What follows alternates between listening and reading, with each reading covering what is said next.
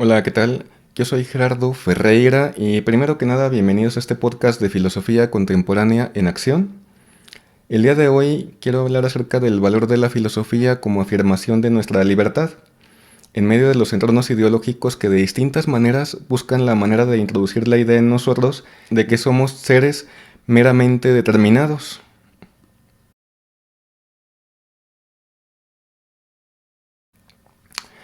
Más allá de las distintas doctrinas y corrientes filosóficas, lo que primero hay que aprender para hacer filosofía es aprender a dudar de lo dado y a problematizar, porque la filosofía sabe que siempre habrá una porción infinita de realidad más allá de la que podemos experimentar, que siempre habrá otras maneras de vivir, de pensar y de soñar, y que siempre hay algo más que las condiciones de nuestro presente.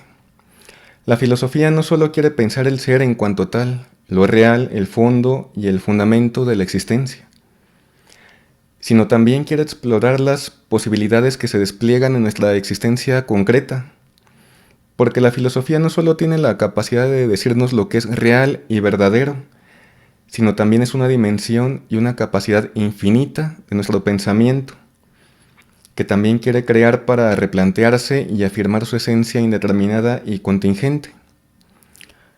Porque el pensamiento filosófico no está hecho de leyes, sino de posibilidades.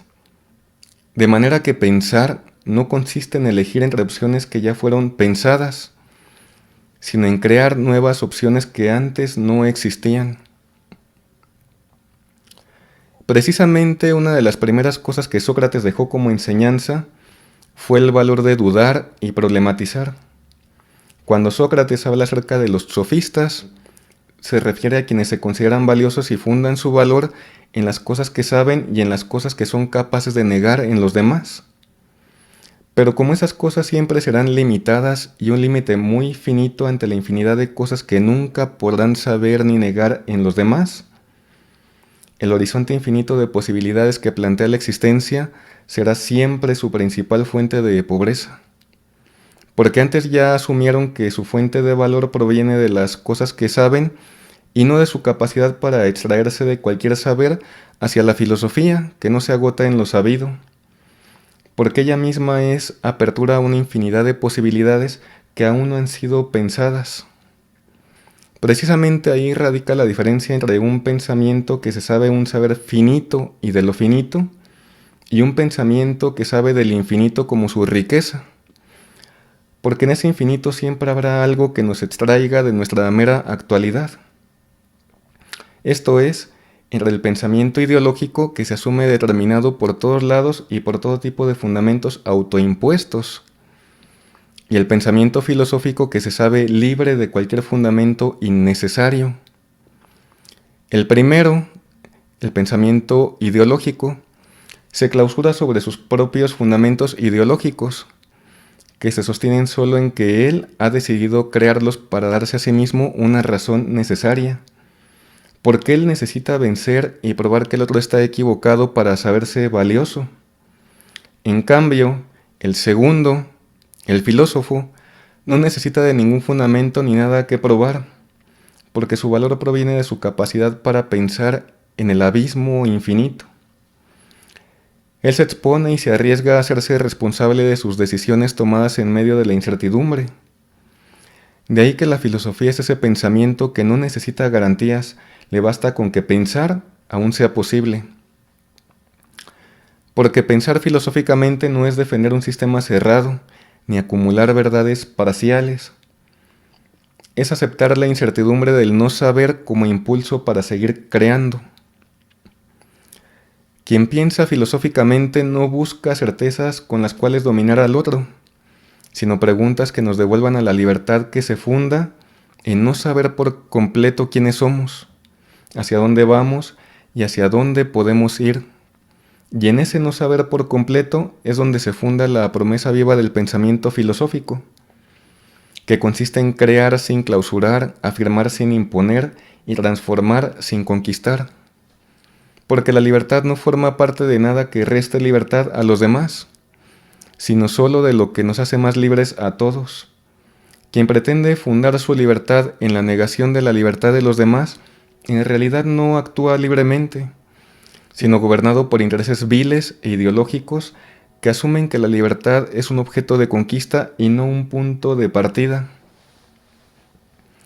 Hoy en día, ya instalados en el siglo XXI, a la filosofía no podemos definirla como aquello que surge empobrecidamente, tan solo negando toda condición previa de la existencia. Más bien, la filosofía es lo que quiere crear, pero no porque le interese probar su superioridad ante el pensamiento ideológico de ningún tipo, porque la filosofía no se funda ni se fundamenta en la negación de nada. La filosofía no necesita de nada que negar para saberse valiosa, porque ella no busca ni necesita destrozar argumentos para obtener ni probar su valor.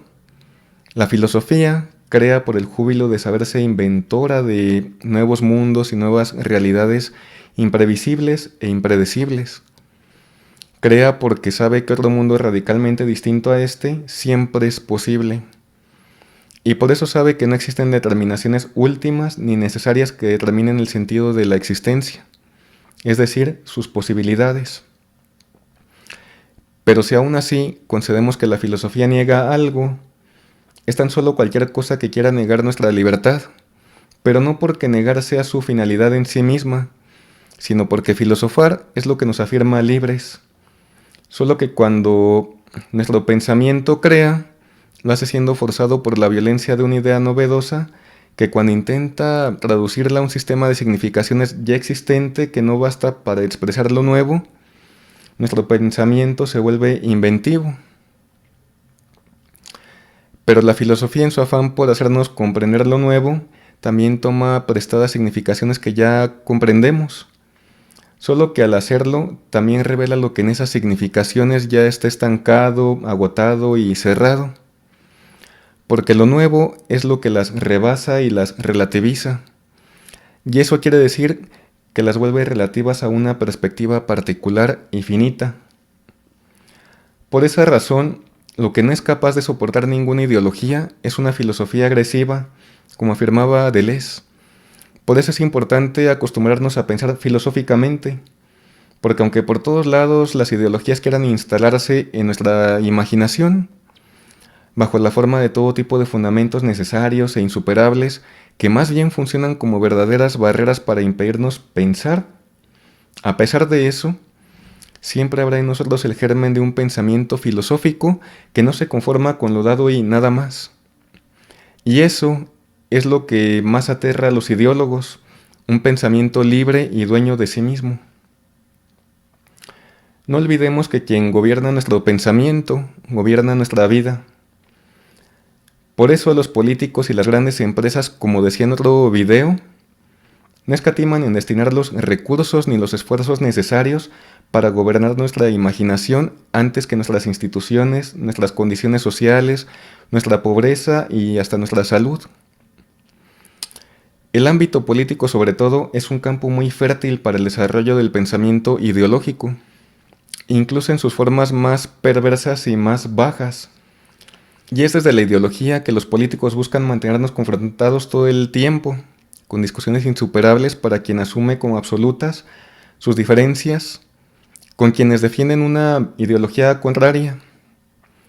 O por otra parte, nos vuelven permisivos y hasta cómplices cuando nos hacen asumir como absolutas nuestras semejanzas, ya sea con una ideología o con otra. Esta es una estrategia para impedir que nos organicemos y lleguemos a pensar y definir intereses y metas en común, más allá de nuestras meras diferencias o nuestras meras semejanzas. Incluso para ellos mismos es mejor asumir como absolutas unas o las otras, porque aceptar un poco de razón en el otro los obligaría a actuar en concordancia con la razón ajena. En cambio, negar toda razón posible en su adversario también es una manera de defender su inacción por encima de cualquier razón legítima. Y por el contrario, cuando asumen como absolutas sus semejanzas con una ideología, crean relaciones de filiación, de complicidad y encubrimiento.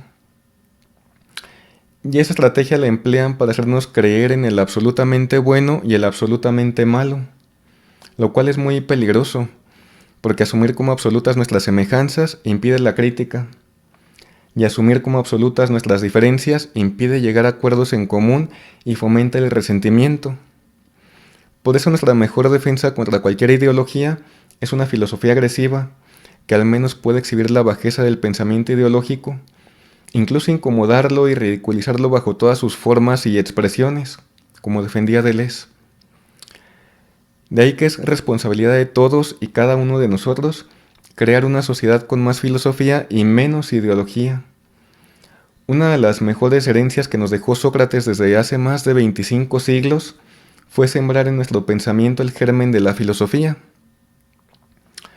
porque con ella nos enseñó que podemos pensarnos filosóficamente por encima y más allá de cualquier discurso ideológico que pretenda gobernar nuestro pensamiento y nuestra vida. Y por su parte, Deleuze nos enseñó una manera de afirmar nuestra libertad a través de una filosofía que se sabe capaz de pensar más allá de cualquier cosa que pretenda determinarnos más que la libertad. Y bueno, hasta aquí dejaré la charla del día de hoy.